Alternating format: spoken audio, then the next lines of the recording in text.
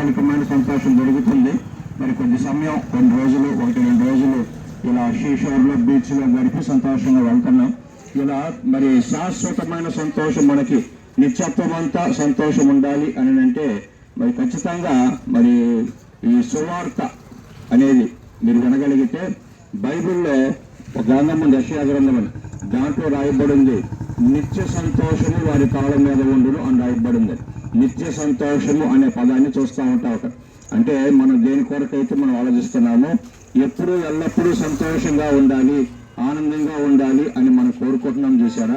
అయితే అది అందరికీ దొరకపోవచ్చు, ఎంత డబ్బులున్న వాళ్ళకైనా దొరకపోవచ్చు, లేకపోతే ఎన్ని ప్రయత్నాలు చేసినా ఎంత ప్రయాసపడ్డా దొరకపోవచ్చు. కానీ ఖచ్చితంగా అలా పొందుకునే వాళ్ళైతే ఉన్నారు, నిత్య సంతోషాన్ని పొందుకునే వాళ్ళైతే ఉన్నారు. ఎవరు వాళ్ళు అని అంటే అక్కడే రాయబడింది బైబిల్లో, వారి తలల మీద నిత్య సంతోషం ఉండును అని రాయబడ్డ మాట ఎవరికి అని అంటే విమోచింపబడ్డ వారికి